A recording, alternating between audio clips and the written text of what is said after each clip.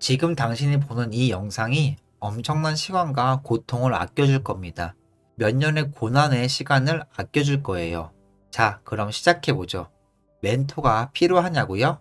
책을 읽어야 하냐고요? 엄청 많은 의견들이 있어서 뭘 믿어야 할지 모르겠죠? 제가 한마디 하죠. 누군가 저에게 해준 말인데 사람은 거짓말을 하지만 숫자는 진실을 말한다. 헷갈리면 숫자를 보세요. 제 말 듣지 말고 남들 말도 듣지 말아보죠. 그냥 숫자를 검색해봐요. 엄청 쉽습니다. 포브스의 리스트들을 보세요. 세상 가장 성공한 기업가들 리스트죠. 그 사람들이 멘토가 있었을까요? 책을 읽었을까요? 제가 읽어줄게요. 와, 거의 모두가 포함되네요. 제가 존경하던 사람들인데 예로 리스트에 몇 명을 말해볼게요. 빌 게이츠는 에드 로버츠, 오프라 윈프리는 메리 던킨, 스티브 잡스는 로버트 프리드랜드, 워렌 버핏은 벤저민 그레이엄, 마이클 조던은 필 잭슨, 마크 저커버그는 스티브 잡스. 리스트에 모두가 멘토가 있었어요. 누가 누구의 제자였는지를요. 작년에 코비 브라이언트랑 같이 앉아서 경기를 봤는데 그와 라커룸에서 대화를 했어요. 비디오로도 찍었는데 제가 물어봤죠. 코비, 너 멘토 있었어? 바로 답하더군요. 하이, 멘토가 가장 중요해. 코비는 많은 부류의 멘토가 있더군요. 마이클 잭슨도 코비에게 조언을 해줬대요. 디즈니의 CEO를 멘토로 만나는 등 각기 다른 멘토들이요. 알버트 아인슈타인도 마찬가지예요. 인류 역사상 가장 위대한 천재도 멘토가 있었어요. 10대부터 매주 목요일 멘토의 가족들과 함께 점심을 먹었죠. 대화하며 수학과 물리학을 배웠어요. 당신이 누군지 모르겠지만 저는 아인슈타인보다 똑똑하지 않아요. 만약 그들이 멘토가 필요했다면 저는 더욱 필요하다고 느껴요. 역사를 되돌아봐도 마찬가지예요. 위대한 정복자 알렉산더 대왕도 멘토가 있었어요. 15살 때 그의 아버지가 위대한 철학자 아리스토텔레스를 고용해 아들과 같이 여행해달라고 부탁했죠. 아리스토텔레스는 그렇게 그를 가르쳤어요. 아리스토텔레스의 놀라운 사실은 그는 철학자 플라토의 멘티였어요. 플라토는 소크라테스를 멘토로 두었죠. 연결고리가 보이시나요? 스티브 잡스도 멘토를 두고 있었지만 결국 자신도 누군가의 멘토가 되었죠. 멘토는 조언만 해주는 사람이 아니라 동기부여도 해줍니다. 세계 최고의 기업들이 바로 그렇게 탄생했다고요. 학습의 방법은 단 두 가지예요. 누군가에게 직접 배운다던가 누군가가 쓴 책이나 영상을 보고 배우죠. 그게 전부입니다.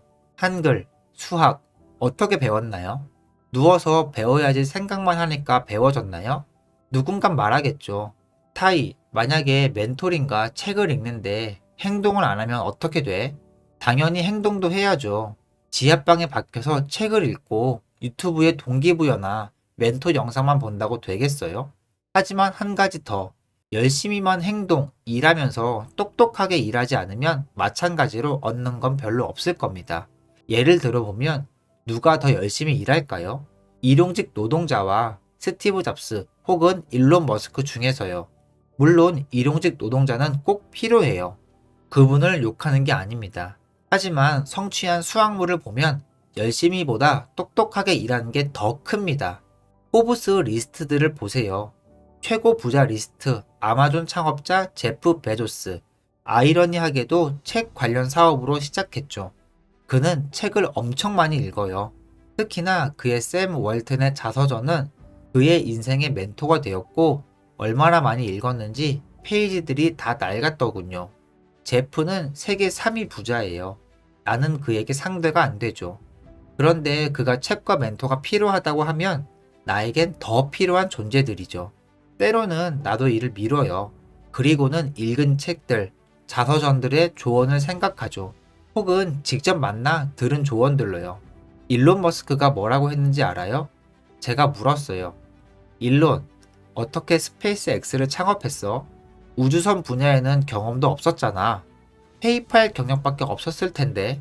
그가 대답하길, 책으로 다 배웠어. 수많은 책을 읽었지. 이렇게 책은 비대면 멘토예요. 사람은 아니니까요. 하지만 효과는 동일합니다.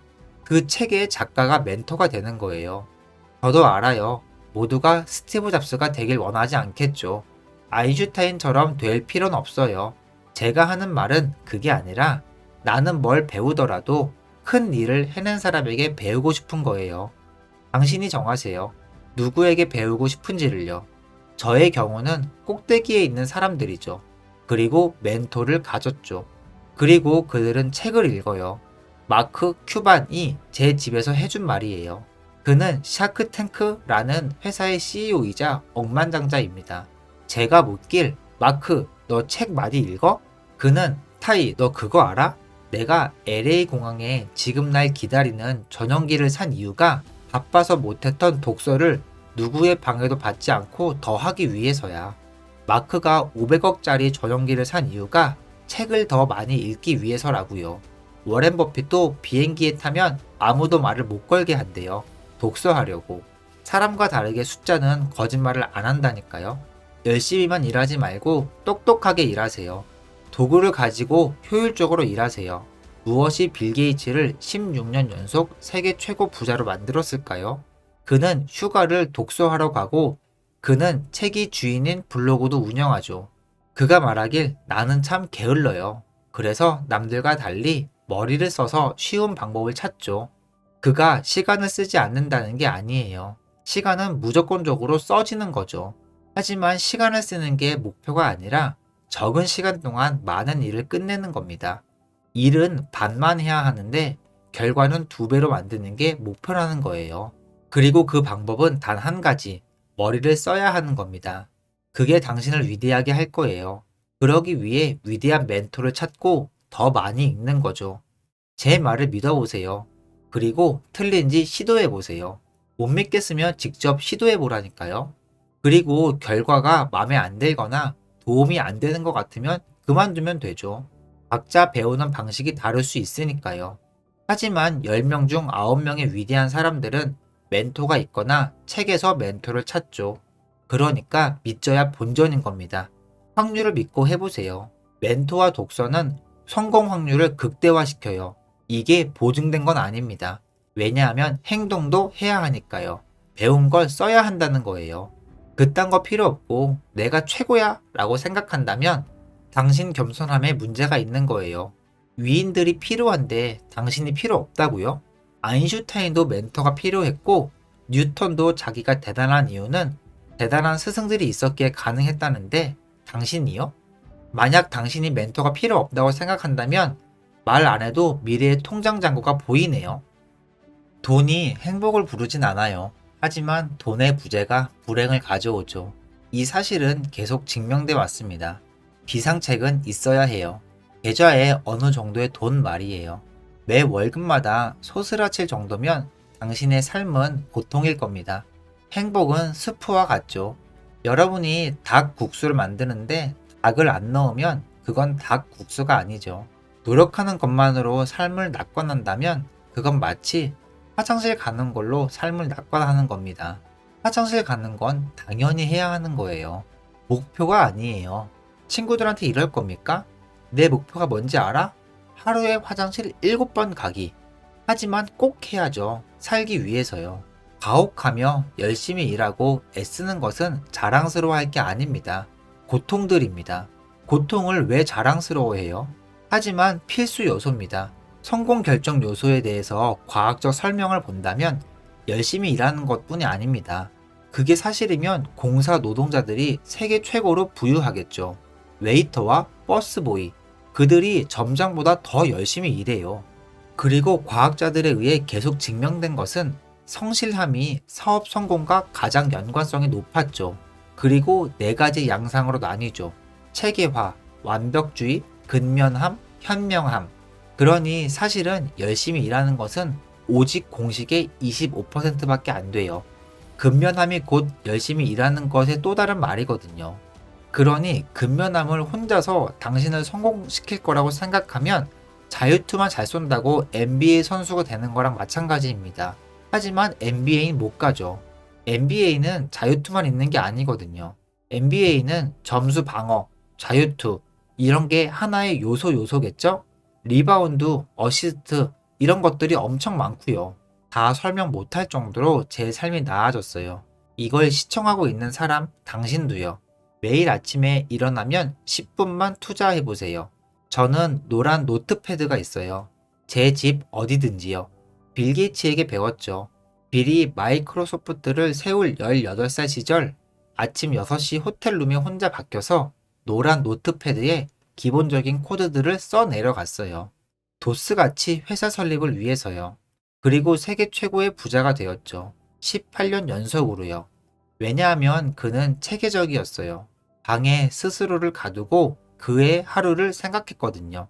할 때마다 저는 좋은 하루를 보내요. 안 할 때는 바로 티가 나더군요. 체계적으로 되세요. 조금 10분이라도요. 저는 샤워실 밖에 소파가 있어요. 옆에 노트패드를 둬요. 아침에 깨서 샤워를 하고 거기로 가서 앉은 뒤 그냥 써 내려갑니다. 그날 수행하고 싶은 3가지 일이면 돼요. 마지막 요소가 현명함이었죠. 과학적으로 인정한 단어입니다. 현명함이란 옳은 선택을 하는 능력입니다. 저 바로 앞이 우리의 목표점이라 합시다. 그리고 저기가 북쪽이라고 쳐요. 제 뇌에 나침판이 있어요. 그러면 목표는 저쪽으로 가라고 하죠. 북쪽 1마일 거리라고 합시다. 사회와 학교에서 무슨 일이 벌어지냐면 제 나침반을 감아버려요. 정확히 반대로요. 저는 북쪽으로 가는 걸 알죠. 나침반을 꺼내면 반대로 가르치죠. 그리고 저 방향으로 가요. 동시에 체계화된 열정과 완벽주의 성향을 가지고요. 발걸음과 자세 하나하나를 교정하면서요. 또한 아주 열심히 하면서요. 목표를 향해 계속 나아가죠. 하지만 사실은 북으로 가야 할 상황에 남으로 간다면 아주 멀리 돌아서 목표에 도달하겠죠. 이게 다수의 기업가들입니다. 평균적으로 20년이 걸려요. 10억 부자가 되기 위해서요. 90%의 사업들이 망해요. 첫 5년 안에 말이죠. 90% 통계에 따라 다르지만 제가 계산을 해봤어요. 평균 미국인들은 60살까지 겨우 6만 달러를 모아요. 삶의 아름다움과 목표 도달은 긴 과정입니다. 하지만 그럴 필요가 없어요.